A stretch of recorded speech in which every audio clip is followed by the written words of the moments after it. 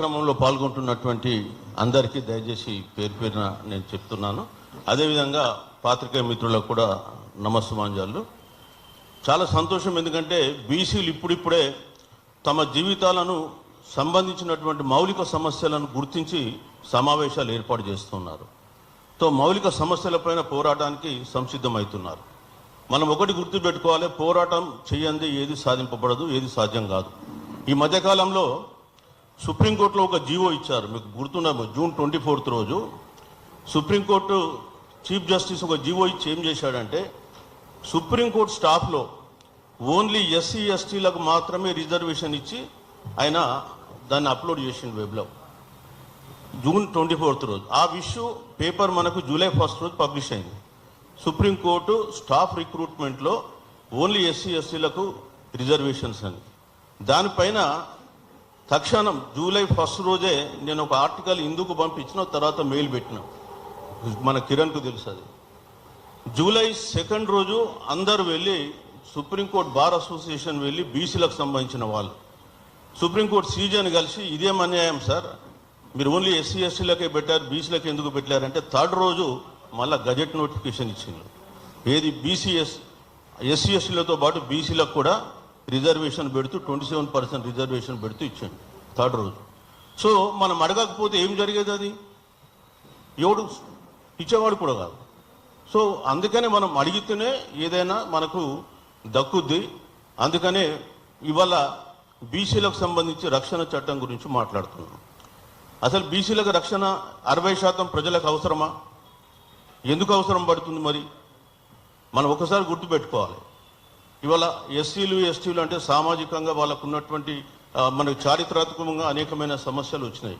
So మనం కూడా మరి ఇవాళ 60% జనాభా ఈ దేశంలో రక్షణ కోరుకుంటున్నారంటే గత 77 సంవత్సరాలుగా ఎలాంటి సామాజిక ఆర్థిక రాజకీయ పరిస్థితులు ఆవిర్భవించినాయి అనేటువంటిది మనం ఆలోచించుకోవాల్సిన అవసరం ఉంటుంది.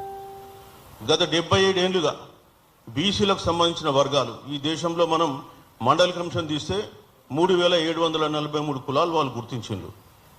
మరి ఇందులో 984 కులాలు ఈ రోజు కూడా రోహిణి కమిషన్ రిపోర్ట్ ప్రకారం కేంద్ర ప్రభుత్వంలో ఒక్క ఉద్యోగం సంపాదించారు. ఇందులో 984 కులాలు. ఇట్లాంటి పరిస్థితుల్లో బీసీలు సమైక్యమై సంఘటితమై పోరాటం చేస్తే తమ హక్కుల్ని, తమకు రావాల్సినటువంటి న్యాయబద్ధమైన వాటాను వాళ్ళు రాబట్టుకుంటారు. సో ఇంకా బీసీల రక్షణ చట్టం ఇప్పటిదాకా చాలా మంది వక్తలు చెప్పారు బీసీల పైన జరుగుతున్నటువంటి దాడులు ఎక్కడెక్కడ ఏం జరుగుతున్నాయని. మొన్న కూడా మనం చూసాం, నిజామాబాద్ జిల్లా తాళరాంపూర్ విలేజ్లో ఆ గౌడ్స్ పైన మేము నిర్ధారించినటువంటి ధరకే మీరు అమ్మాలని చెప్పేసి వాళ్ళని గ్రామ బహిష్కరణ చేసినటువంటి సంఘటనలు మనం చూసినాం. అట్లనే అనేకమైన ఇక్కడ బీసీలకు సంబంధించినటువంటి కవియత్రి ముల్ల విగ్రహాన్ని మేము పెట్టనీయం హాలియాలని చెప్పేసి అక్కడ జరిగినటువంటి సంఘటన మనం చూసినాం. అదేవిధంగా బీసీలు ఎవరైతే యాక్టివ్గా ఉన్నారో పొలిటికల్గా వాళ్ళపైన దాడులు కూడా చూస్తున్నాం. ఉదాహరణకు తీర్మానం వాళ్ళ గురించి ఇంతవరకు మనం మాట్లాడడం కూడా జరిగింది. మరి ఇట్లాంటి పరిస్థితుల్లో మరి బీసీలు ఎట్లా సంఘటితమై తమకు అనుకూలమైనటువంటి రక్షణ చట్టాన్ని మనం తెచ్చుకోవాలనేటువంటి విషయాన్ని కూడా మనం ఆలోచించాల్సిన అవసరం ఉంది. ఆంధ్రప్రదేశ్లో వాళ్ళ ఎలక్షన్ మేనిఫెస్టోలోనే బీసీలకు సంబంధించినటువంటి రక్షణ చట్టం పెడతామని చెప్పి చంద్రబాబు నాయుడు గారు హామీ ఇచ్చారు. మరి ఈ మధ్యకాలంలో ఆ చట్టాన్ని తయారు చేస్తున్నట్టు కూడా తెలుస్తూ ఉంది. ఇంకా అది డ్రాఫ్ట్ చట్టం రాలే. ఆ డ్రాఫ్ట్ చట్టాలు ఎట్లుండాలనేది మనం సజెషన్ ఇవ్వచ్చు. కానీ ఈ చట్టాల ఆవశ్యకత ఎందుకు వచ్చింది? ఈరోజు బీసీల పరిస్థితి ఏంటంటే 77 సంవత్సరాల స్వాతంత్ర కాలంలో వీళ్ళ కుల వృత్తులన్నీ విధ్వంసమైనవి.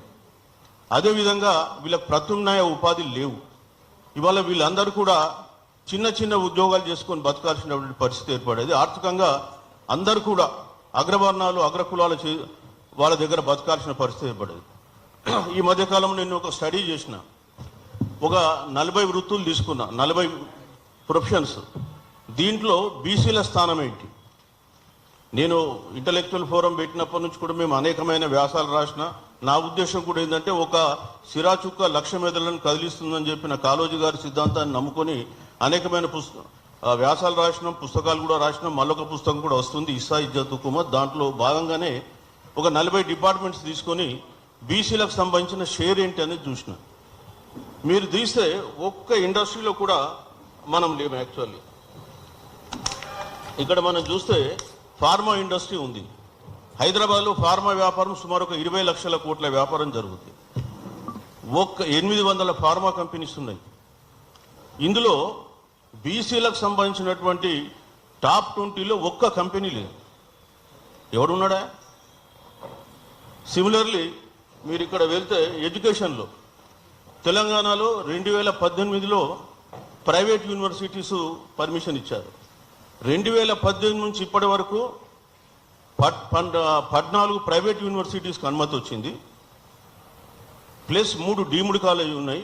ప్లస్ 3 అదర్ స్టేట్ నుంచి వచ్చిన యూనివర్సిటీస్ ఉన్నాయి. గీతం లాంటి, గీతం కేఎల్ఆర్ అని. ఎవడున్నాడా ఇంట్లో బీసీ అని చూస్తే ఒక్క బీసీ ఎస్సీ ఎస్టీ లేడు.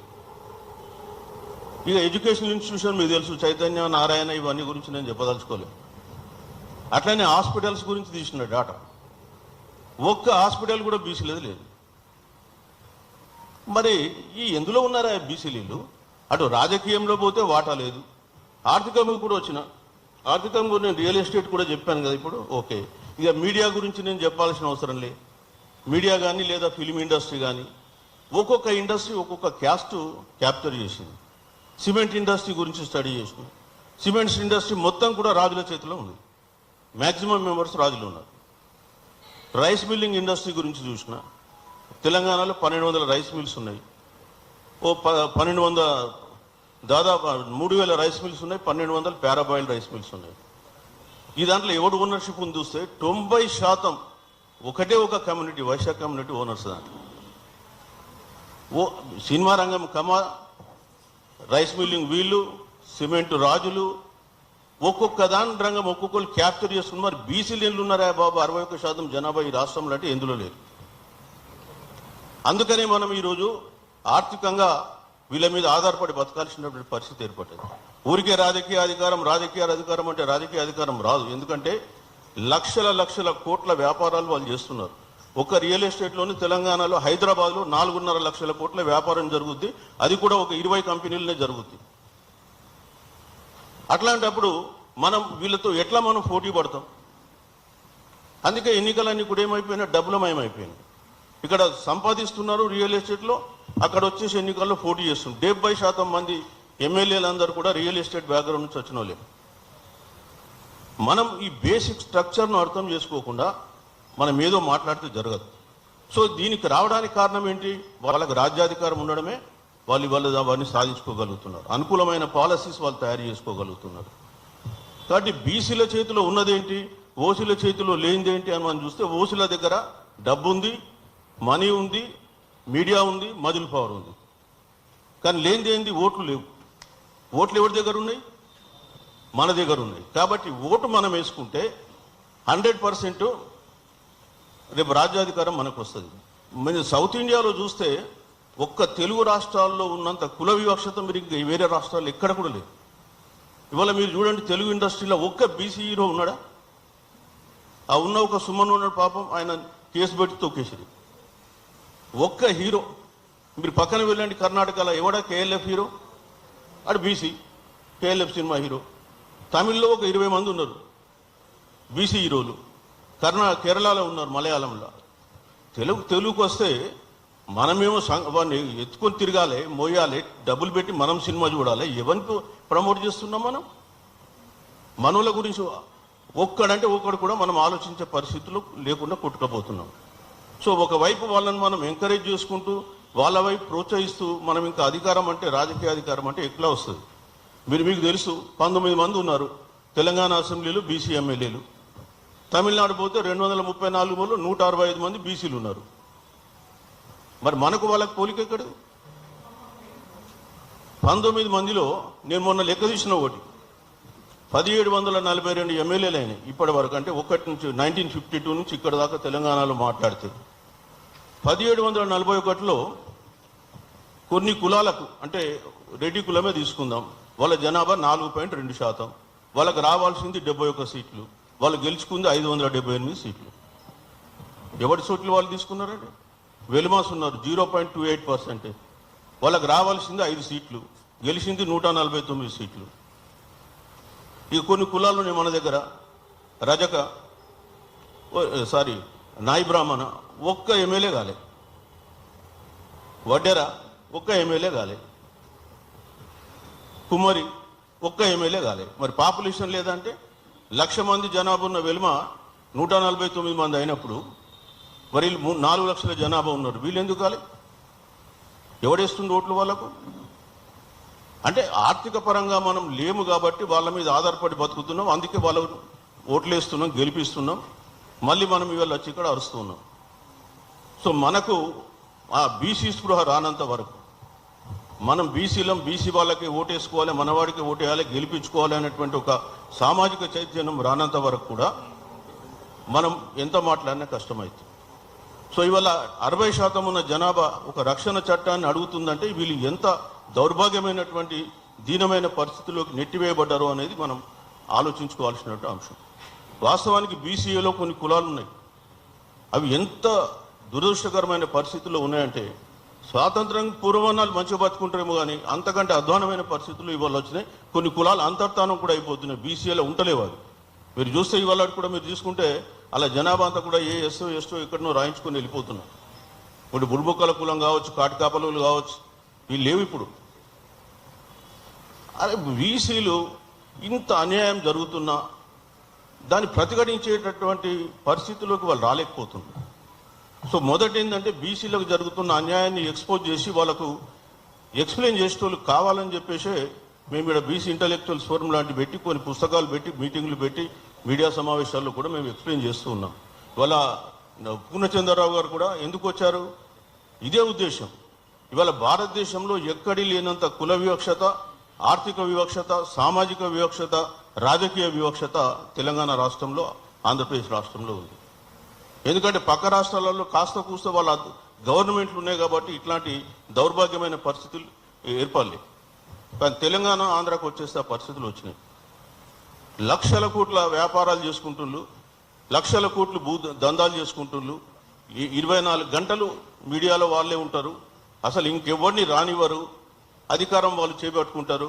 మనమంతా కూడా వాళ్ళకి ఎప్పుడు కూడా పాతకాలంలో 3000 సంవత్సరాలు స్వాతంత్రం రాకన్నా పూర్వము దాసులుగా బతికినాం. వాళ్ళకు సేవ చేయడానికి పుట్టినట్టు శూద్ర కులాలన్నీ కూడా మన మనుధర్మ శాస్త్రాలు ఘోషించినాయి. ఇప్పుడు కూడా ఈ 77 ఏళ్ళలో కూడా అదే పని చేస్తున్నాం. సో అందుకొరకే బీసీ సంఘాలు నేను కోరేది ఏంటంటే కొంత నాలెడ్జ్ ఇంప్రూవ్ చేసుకొని ఎక్కడన్నా వెళ్తే జరుగుతున్న అన్యాయాలను ఎక్స్పోజ్ చేయండి. మొదలు మనకు జరుగుతున్న అన్యాయాల గురించి మనకు తెలియకపోతే మనం ఏం మాట్లాడలేము. నేను చెప్పాను 35 industries, I personally written all these things. కూర్చొని మీకు వస్తుంది, బుక్ వస్తుంది, దాంట్లో ఎవరు ఓనరు, ఏంటి వ్యాపారము, ఎంత ఉంది, ఏం కథ అనేది, మనకెంతో షేర్ ఉంది, దాంట్లో ఒక్క షేర్ లేదు ఇక్కడ. Hey, it's Jenna Jameson, of course. I wanted to let you know about this new app. వ్యాపారము ఎంత ఉంది, ఏం కథ అనేది, మనకెంతో షేర్ ఉంది, దాంట్లో ఒక్క షేర్ లేదు ఇక్కడ. మరి 61% జనాభా ఎందుకండి? సేవ చేయడానికే? లేదా ఇప్పుడు ఫార్మా ఇండస్ట్రీ ఉంటే మన వాళ్ళేమో ఫార్మసిస్ట్ మనోడు ఉంటాడు, ల్యాబ్ అటెండెంట్ మనోడు ఉంటాడు, ల్యాబ్ అసిస్టెంట్ మనోడు ఉంటాడు, ఓనర్ వాడు ఉంటాడా? ఎట్లా వచ్చినాయి వాళ్ళకి అవన్నీ ఆస్తులు? అనుకూలమైనటువంటి పాలసీస్ వాళ్ళు తయారు చేసుకుని ఇచ్చుకున్నారు. ఇవాళ అపోలో హాస్పిటల్ ఉంది, ఎంతకి ఇచ్చిందని 32 ఎకరాలు, ఎకరానికి 8,000 చొప్పున 1982లో అలాట్ చేశారు, ఎకరానికి 8,000. అట్లనే అనేకమైన ఫిలిం ఇండస్ట్రీస్ ఉన్నాయి, ఫిలిం స్టూడియోస్. ఒక బీసీ కన్నా